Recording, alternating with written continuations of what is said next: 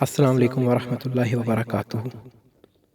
ایک مرتبہ حضرت خضر علیہ السلام دریا کے کنارے بیٹھے تھے۔ اتنے میں کسی سائل نے آ کر ان سے سوال کیا کہ میں آپ سے اللہ کے واسطے سوال کرتا ہوں، مجھے عنایت فرمائیے۔ یہ سن کر حضرت خضر علیہ السلام پر بے ہوشی طاری ہو گئی۔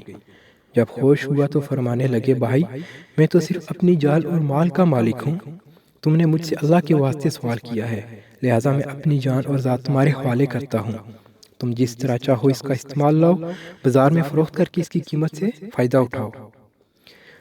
چنانچہ وہ سائل ان کو بازار لے گیا اور ایک شخص سہمہ بن ارقم کے ہاتھوں ان کو فروخت کر دیا۔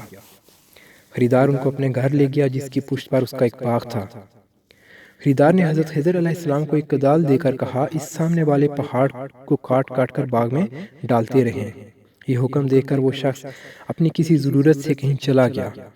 حضرت خضر علیہ السلام اس پہاڑ سے مٹی کاٹ کاٹ کر باغ میں ڈالنے لگے۔ جب وہ شخص واپس آیا تو اس نے گھر والوں سے دریافت کیا، کیا تم نے غلام کو کھانا بھی کھلایا یا نہیں؟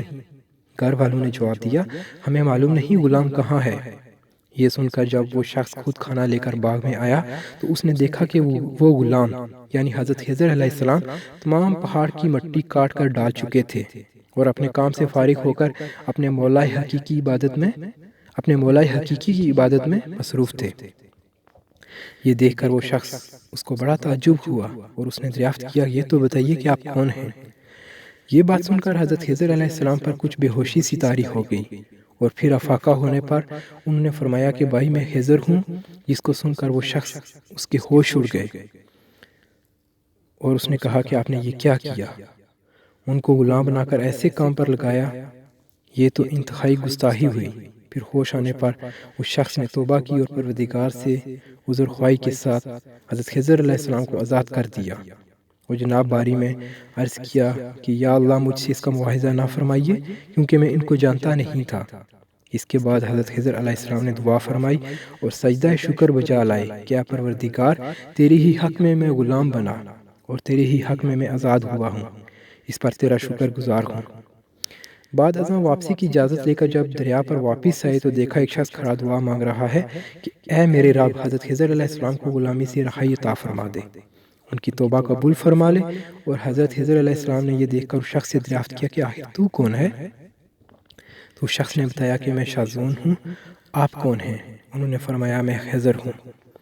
اس کے بعد شاذون نے کہا، اے خضر تم اپنے لیے رہنے کا مکان بنا کر دنیا طلب کی ہے، کیونکہ حضرت خضر علیہ السلام کا دریا کے کنارے پر ایک عبادت خانہ تھا۔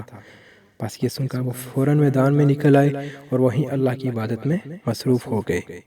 اس کے بعد حضرت خضر علیہ السلام نے اسی جگہ ایک درخت لگایا اور اس کے سائے میں عبادت شروع کی تو آواز آئی، اے خضر جب تم نے درخت کے سائے میں سجدہ کیا تو تم نے دنیا کو آخرت پر ترجیح دی۔ مجھے اپنے عزت و جلال کی قسم ہے، مجھے دنیا کی محبت میں رضامندی نہیں ہے۔